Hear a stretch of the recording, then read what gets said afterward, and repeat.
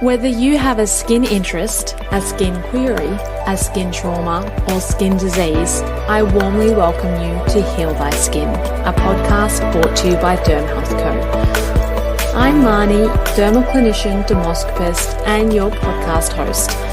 Skin is deeper than beauty, and our mission is to build the largest platform of specialised practitioners focused on skin health and skin empowerment. Join me each week where we go deep into the skin and beyond to hear stories and education from leading practitioners on a journey of skin health.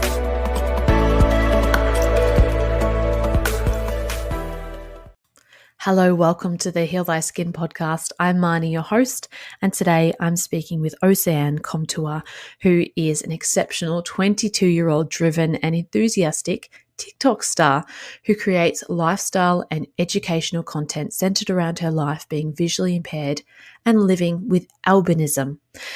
1 in every 17,000 people is living with albinism, and it carries lots of different myths in different cultures throughout the world, which we are going to myth bust today, as well as talking about Oceanne's journey and experience with TikTok, social media, and meeting people from all over the globe. I started by asking Oceanne what she thought was the biggest misconception about albinism. I think the biggest misconception that people have about albinism is that it only affects the skin. It also affects the hair and the eyes. And I think people tend to think about the white hair, pale skin, and they forget that it also affects the eyes and the eyesight that a person with albinism has. Yes, big misconception right there. So are you able to explain what albinism is for those that may not have been very familiar with it? Yeah, so albinism is a recessive genetic condition. It's inherited from birth. So you're born with albinism, essentially. It has to do with a lack of melanin production. You can produce zero melanin or just a lack of, but it would be a substantial lack of melanin.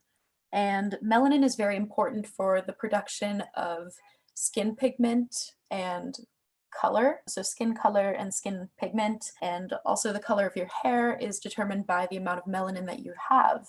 And so for us, we would have less melanin or no melanin, and we would have pale hair and pale skin. So tell us about your story. Do you have other family members with albinism before you were born? Yes. So I have my sister.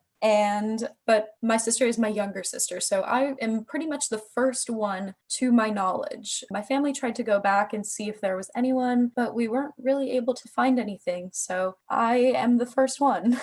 So although you wouldn't remember, the being born part, I'm sure your parents have told stories about the diagnosis of albinism and what that looked like really early on. Are you able to walk us through that journey? Well, my parents don't have albinism. They're just carriers, and they weren't aware ahead of time that they are carriers of the albinism gene. And so when I was born, they quickly came to the realization that this baby has white hair. And my parents have dark brown hair for comparison. So they were a bit shocked and a bit confused. And sure enough, they found out that they were carriers of the albinism gene and that I had albinism. And from that point on, my parents just started educating themselves on albinism and how it affects my life. And I'm sure they were a bit worried because people with albinism, they do have more susceptibility to skin cancer, and they do have a lot of social challenges. And there are a lot of physical barriers for people with albinism because people with albinism are usually visually impaired or sometimes legally blind, like I am in my case. And so they were a little worried, but they just took their time and they learned as much as they can. And now they're always the first people to tell everyone all about albinism. So they have become the educators, which is great. absolutely. So what were your first memories of, I guess, being a child in school? And you talked about some of those physical, perhaps, differences that because of your blindness. Was that something that was progressive, or was that something that happened quite early on? No, so I was born with a visual impairment. I'm legally blind. I'm not fully blind. I have about 9 to 10% of my vision. But to me, I've never known anything different. So what I see is what I assumed for a long time that everybody else saw. And I found out a little bit later on in life that that's not how people see, and that I Wow. am, in fact, visually impaired. But as a child, you don't really have that sense of difference between children, I guess. And it's only when you grow older and you're more experienced and exposed to the rest of the world that you realize that there are differences between people. And so I think I didn't see these differences growing up, and I don't think the other kids around me noticed them. But I was maybe about 10, 11, 12 years old when I started to really realize that I looked different. No one else looked like me, and that I had to put on sunscreen before going outside, and I had to put on hats and sunglasses, and other kids didn't have to. And I got different accommodations in school. And it's kind of like where I started to realize, hey, I'm not so similar to everyone else. Was that challenging, or was it in a way encouraging because your albinism was being addressed? I think it was very difficult. I had a really, really difficult time. And it wasn't until I was maybe 18 or 19 where I started to realize that my albinism, wasn't as bad as I thought it was, that I can overcome the challenges that I'm presented with, and I have overcome a lot of challenges. And I started to celebrate my albinism a lot more as I got older. But when I was younger, around that time is where I really struggled with my identity and with my self image. And I just got dragged down into this really dark hole. And I didn't really know how to get out of it for a really long time. And I'm so thankful that I did. So, how did you? I think there are multiple things that I credit to me being able to accept who I am. I would say that my sister has played a huge role in that, and she doesn't even know it. That's um, beautiful. I think when I was 18, 19, my sister called me one day. I had just finished my classes for the day. I was in university, my first year, and she had called me and she started the conversation with, whatever you do, don't tell mom and dad. But I'm getting a cane because I think that I cannot see, and I think that I am a danger to myself if I go out and I do things alone and I don't feel comfortable. And I was so uncomfortable with the idea of her using a cane because I was told that that's for blind people. And I really struggled with that for a long time. But she sat down and she talked to me and she made me realize that, yeah, we have albinism. We are legally blind. We do have a lot of needs that other people do not have in society. And that's kind of where I started to kind of explore my identity and how I identified with albinism and how it was important in my life. And Mm. so, sure enough, a couple of years later, I got a cane of my own. I'm a blind cane user. And I started to find ways to make myself feel comfortable with my albinism. And I started taking care of my skin. I used to not wear any sunscreen at that time. I was rebelling a lot. But I started to take care of myself and finding my own beauty within my genetic condition. And so I credit my sister to that. That's so beautiful to hear. So, how old were you when she was born?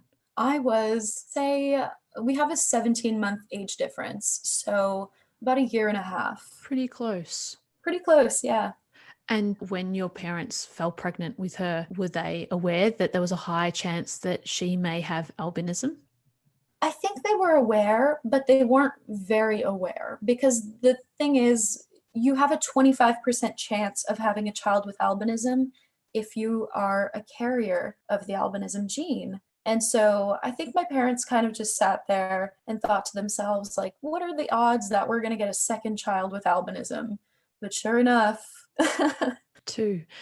But then it just sounds like that's so important for your growth and perhaps hers as well, to have someone to talk to in those early years and have that that sisterly kind of relationship that goes deeper than that, because you're experiencing things in your life that others around you aren't, and even your parents haven't gone through as well. Yeah, absolutely. And I think it's one of those relationships where we don't openly talk about our albinism with each other. And I don't think we're so comfortable with each other, but there's just one thing, and it's albinism. We just can't talk about it outright. I don't know what it is. It just makes us uncomfortable. But it's just having that person, even if you're not talking about it, even if you're not doing anything, it's just, I felt like it was normal. I felt like it was going to be okay because I had somebody else. Yeah, it's to have that support around you, even if it's just that unsaid support, can be, yeah, really encouraging and Mm. amazing for someone. So you are a scientist and you're doing some amazing things at work and school. Did albinism affect your career path or what you decided to do when you grew up, I guess? Thank you. So, yes, I think it definitely has, but I think it really evolved over time. So, I think my parents and I, we had this great relationship, but my parents would push me a lot in school. And I think the fact that I had albinism, the fact that I was a student with a disability they didn't really take it easier on me. And they had these high expectations for me. They thought I was going to be a doctor, an engineer, or something. And so I also happen to have that love of science as well. And so I just felt like I was constantly being supported into this journey, which was amazing.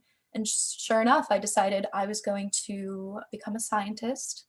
I realized that because of my eyesight, I would have a harder time being a doctor, but I fell in love with science and research, and I wanted to learn more about albinism and albinism research. Flash forward to today, I'm not pursuing that anymore. I think I've learned a lot more about myself over those recent years, and I don't think that's the direction I will be taking. But I had this big dream that I was going to find out more about albinism, and I was going to be a scientist with a disability, and I was going to be a scientist with albinism who was going to research my own condition. And so I think that's what really motivated me for many years. And did you get to a point where you thought, I don't feel like I need to do that anymore, because you came to a place of more self acceptance? Or did you I find think other so. interests or loves? I think so. I think there's two main reasons. I think one, I learned a lot more about myself. I realized that I'm not the most dedicated scientist. I go to school with some really intelligent, really amazing people who are living, breathing, sleeping science every day. And for me, it just didn't feel like it was the right fit for me. But also, I think my interest in learning more about albinism and essentially quote unquote curing albinism, it just went away because I realized that I don't need a cure. As nice as it would be for a lot of people who say I would like to have a cure, I'd like to be able to see normally, I wouldn't. I love my life the way it is. I don't think it has hindered my ability to do anything really. I've been able to accommodate and adapt and do everything I've wanted to do. And so I'm not in search of a cure anymore. And so I guess that interest kind of just faded away. And the conversations about a cure, like we've had similar conversations on the podcast about different cures for different types of skin conditions and diseases. And it's really interesting to hear when people say, I don't want a cure. And some people do, and that's completely okay. Everyone is entitled to their opinion and their choice as well. But how do you address when a conversation comes up with someone that doesn't have albinism and they're claiming that you can try this or you can try this or some miracle cure? Have you got a certain way that you will communicate with that? Have you got some one liners that might be beneficial for those that often, the strangers come up to them asking questions and trying to give them some cure to their condition, where the medical arena hasn't found a condition yet, but someone's aunt has some wonderful cream or potion or lotion? Yeah, I think it's different for me in the sense that people see my albinism, and I think people are so intrigued by albinism because it looks so different. And people are always coming up to me saying, "You're so beautiful. You should do this with your hair." And, "Oh, you should do this with your skin. And you need to do this." And it's really hard, especially when it's not a person with albinism. And even if it is a person with albinism, they mean well, but we all have different experiences. And so For me, I will accept the comment and I will accept it. I'll listen to it, but I'm very comfortable letting people know that I'm comfortable with who I am. I am trying things on my own. I can definitely try their suggestion, but right now, it's not my priority. I'm comfortable with who I am. I like to do what I want to do, and that's just what it is. I think the public doesn't really think that albinism needs a cure per se, because people think that it's so magical and so beautiful and oh, the pale hair and the purple eyes, you don't need that. But a lot of people with albinism do believe that, they would like to have their eyesight, they would like to look normal, and that's very fair and that's super acceptable. But for me, I've just grown to be really comfortable with who I am and I enjoy it. So Mm. I don't think I need anything really. Yeah, absolutely. That's fantastic. So, what does a usual day look like in terms of skincare and as well as sunscreen and, being more aware in the sun? Are there certain other types of appointments and other type of skincare things that you do on a regular basis or semi-regular basis? So, growing up, I always had to apply sunscreen religiously. And before going outside at recess or before going outside to play, I would have to wear sunscreen and a big hat, a bucket hat. I have so many traumatizing images of my mother putting me in these denim bucket hats. Um, and I would have to wear sunscreen and sunglasses and pretty much stay in the shade, even if I did have sunscreen on, because it only lasts for about 15 to 30 minutes before you have to reapply constantly.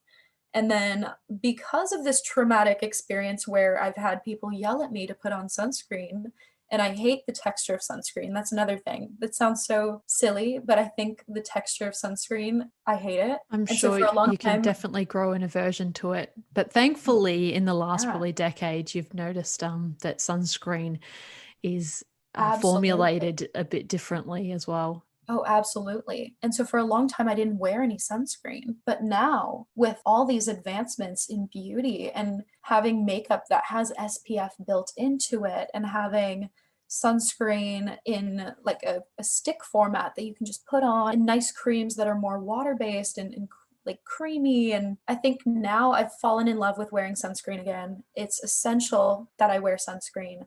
I need to stay protected in the sun, especially because people with albinism have a higher risk of skin cancer. And so I've now switched to using a lot of makeup products that have built in SPF, but even then, it's still not enough for me. So I will wear sunscreen. I put sunscreen on every day. Even now, when I'm at home, I still put sunscreen on my face every day. But again, you have to reapply so often. And so I find myself kind of sticking to the shade. So I still stay a lot in shady areas, but I will wear my sunscreen all the time. It is a must have. And I think I've been experimenting a lot with skincare and with makeup recently. I had a really hard time with it because I was feeling so turned off by it in the past, but now I big into my skincare routine and I love doing my makeup every day. So And the sunscreen, and even for those without albinism, we're huge advocates of sunscreen. So oh, slip, slop, slap, absolutely. slide, as we say in Australia. And do not forget to reapply. Yeah, that's another thing, isn't it? That people apply in the morning thinking that they're going to be protected all day long, and it's just simply not the case. Absolutely. So, Oceanne, talk to us about TikTok. This is where we found you actually, and you've been wildly successful on TikTok. How did this start? And yeah, tell us the story. Thank you. I started about a year ago. I got a TikTok, and it was originally for my friends to send me funny videos that they would find. And then we started making our own little silly videos. They were intended for just the two of us, the three of us, and then, it started growing to become like a intergroup friend thing, but it was strictly friends. And it was all these inside jokes, nothing that anyone would really understand. And then one day, I saw a video of a woman who was talking about her insecurities. And I sat there and thought to myself, my insecurities are so different than everyone else's. They're very similar, but they're also very different because I have, different skin and different hair. And it was something that I was very self conscious about. And now I've learned to love it. But I decided that I was going to make a video of my insecurities. And sure enough, it blew up. I went to bed and I woke up the next morning with about 20,000 likes. And I didn't know what to do with myself. And then from that point on, I found all these comments and all these questions. And ever since then, I've been answering questions and I've been creating my own content just about my life and what it's like. Fantastic. And have you met others from the albinism community as well? Yes, some of my best friends have actually come from TikTok and they are all in the albinism community. We have this group of girls and we talk every day. I talk to them right before coming on. I asked them the other day, I was like, guys, I'm going on a nice podcast. Can you guys give me some suggestions of things I can say? And so they all say hello, by the way. Hello. Oh, they're so sweet. And we met on TikTok through this community. And I think it has kind of made me feel a lot more confident. I was already a little bit more confident than I was before. And now, with my newfound friendship with people with albinism and being involved in the albinism community a lot more, I feel so empowered and I feel so happy. That's so cool. And do you like what's next for this? Do you just think that you'll continue creating content? Is there anything in the works that you can share with us? Well, I think I will continue to create content, but I think I'll do it at my own pace. I'm not trying to be an influencer. I'm not trying to do this forever. I mean, I would like to do this forever, but I have a lot of other goals and a lot of other dreams. And so TikTok is one of those things that I do on the side. So I really enjoy doing it though, and I would like to continue doing that. I feel like I would like to create a YouTube channel, and I've kind of started the process of getting branding ready and creating the channel. And now I need to just film some videos and edit them and put them up. But I think TikTok is great, but it limits you to 1 minute. And there are so many things that I want to discuss, but you can't discuss these things over 1 minute. And I think YouTube will be the next big step for me. Well, that's exciting. Well, you have to make sure to share the links so that we can share it with the community as well. Yeah, I'd be love to hear more of your story. And yes, 1 minute is fun and easy to watch and engage with, but certainly for some of those bigger topics, long form video is certainly that. So, from your point of view, what do you wish people would stop telling you about albinism or the perhaps limitations that have been put onto the albinism community? I think there are a lot of things that I wish people would stop saying and that people would stop doing. And there are a lot of things that I wish people would start doing. But I think one of the big things is to stop making assumptions about people with albinism and to stop believing internet myths, please. I mean, I love answering questions. And again, my whole social media presence and my whole platform is built on me wanting to answer questions and raise awareness. And so I love answering questions. So just ask. I don't want to have people be misled or to think albinism is something different than what it really is. And so I think it's really important to ask questions when you have the opportunity and to stop making assumptions. Yeah, great advice. And what are some of those things that you would like to see more of? I would like to see more inclusion of conversations about disability and about persons with disability within society. I think persons with disabilities represent a great proportion of people in marginalized communities. And I think that we need to be able to have discussions about the social and the physical barriers in our world. I mean, people are having a hard time getting jobs because of their disability status. People are not getting the right accommodations at work, and people are being paid less for work because of their disability. People are not able to enter shops or to take public transit because people are just not willing to have these conversations and include people with disability in conversations about how to build a better world. And that's one thing that I would really like to see. Mm. Yeah, so important to just make life and the world accessible to everyone. How do you think this can happen? You mentioned conversations. Who do you think needs to have these conversations? Where does it start? Like, I often find it really interesting thinking about any kind of change. Does it come from the top down or does it come from the bottom up? So, is it our governments and hospitals and universities, or is it grassroots? And sometimes it's a bit of both, but I always love hearing people's opinions on this. I think it goes both ways, absolutely. And so when you're thinking about communication system, you want to have that upwards and that downwards communication. So you want to be able to have just regular citizens spreading awareness and doing what they can. But these citizens need to take their resources and their words and their advocacy and their allyship from resources that are created by people in marginalized communities. And so I think you need to listen to disabled voices and respond to their cries and their needs and their desires for the future. But it also needs to happen downwards, where you need to have the government create better and more inclusive and accessible policy for persons with disabilities and for marginalized communities in general to be able to stand up and build a better world. That's great advice.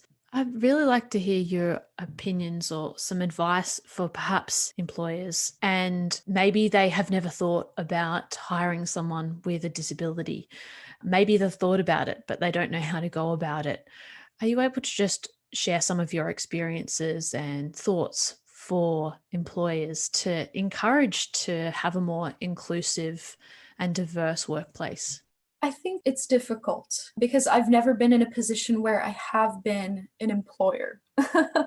I've always been the employee, but I've also been the employee who's been denied a job because I've walked into the interview and people have seen my albinism and people have seen the way that my eyes shake and the way that I carry myself or the way that I squint when I can't see. And people make assumptions about me and my ability to do the job. And it's difficult because I've been that person, but I've never been the employer myself. One thing, though, is I think it's very important for people to be educated about persons with disabilities. And this education needs to come from disabled resources and resources that come from the disability community. Because I've attended so many trainings where the information given about people with disabilities is so outdated and it doesn't really reflect my opinions or the opinions of other people.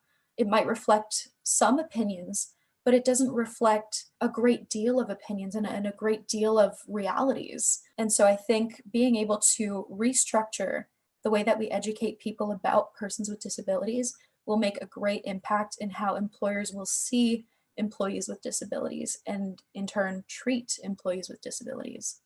Yeah, so incredibly important. And there's lots of ways that workplaces can do this, there's lots of training available, although, as you mentioned, some of it is outdated. But hopefully, with time, this will have more of, importance set upon it so that it becomes a social norm in workplaces to undergo disability training and working with people from diverse backgrounds, etc. Mhm. Oceanne, are you able to share some advice for someone living with albinism, perhaps a young person that hasn't yet found their way or they're just finding their place in the world? So I think one piece of advice, my top three pieces of advice. Number one, trust me, it gets better. And my experience is not the experience of everyone else. And there's so many different types of albinism, there's so many different backgrounds, and my experience cannot even cover the experiences that other people will face. But I can guarantee you from all the people I've met and from all the discussions I've had, it gets better. It really does. You will learn to accept yourself. You will love yourself. You will find ways to be comfortable with yourself. And we all are self conscious, and that's okay. But you'll find ways to make yourself feel better. You'll find ways to soothe and to feel better overall. So trust me, it really does get better. Number two, I think do what makes you comfortable and what makes you happy because other people are not living with your albinism, and you are the only person who gets to decide what you do with your body. and how you decide to interpret your albinism. And so if that's dyeing your eyebrows or dyeing your eyelashes or self-tanning, that's okay. That's acceptable. If that is keeping your eyebrows bare and just going out into the world the way that you are, that's acceptable. If that's wearing makeup, that is okay. We all have different ways to experience albinism, and I think it's really important that we just, I don't know, do something that makes you comfortable. And I think lastly, don't be afraid to speak up and don't be afraid to speak out. There's a lot of injustice towards people with disabilities, and albinism, does include a genetic condition, and it does create a visual impairment for people who have albinism. And so speak up about your experience and don't be afraid to speak out and call out these experiences that you have that make you uncomfortable, respectfully, of course, but don't be afraid to use your voice. What great advice to end with. Thank you, Oceanne, for sharing your story with us. Finally, where can people find more about you? So people can find out more about me on Instagram and on TikTok at OceanneC_. So that'll be OCEANNEC_. And that's where you can find all the information. That's where you'll find my future YouTube channel, hopefully. Yay! We'll include all the links in the show notes as well for anyone listening. Well, thank you so much for spending your evening with us. It's morning here over in Australia and just coming on dinner time there. I really appreciate your time, and it was really great to hear your journey. Thank you. Thank you for having me. It was a pleasure.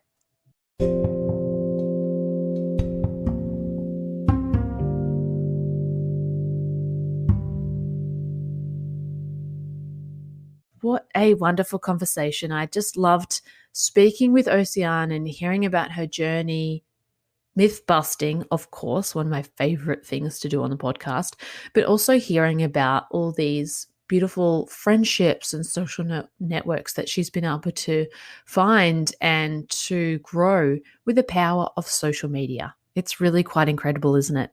Today is the last episode of 2020. We will be taking a break and we'll be back at the very, very end of January. And I just wanted to say thank you. We have over 400 of you join us every single week. We've reached almost 40,000 downloads to date on the podcast. This year has been an absolute roller coaster. We were going to be doing live face-to-face events, which all had to be thrown out the window, but we quickly moved and started doing virtual events, and we've welcomed, I think, over 500, or it might even be close to 1,000 people for virtual events from every corner of the globe. And each of these, we did a different topic or a different skin condition and had different experts and those with lived experience. And it's just so incredible for us to be able to share this over social media. I just wanted to say thank you for sharing 2020 with us, because we wouldn't have done it without you. And we're really all hoping for a much more calm and happy and balanced 2021. So from the bottom of our heart at Derm Health Co, I just wanted to say thank you. I wanted to say enjoy the holidays with your family, and we'll see you in the new year. Bye for now. And until then, be skin powered.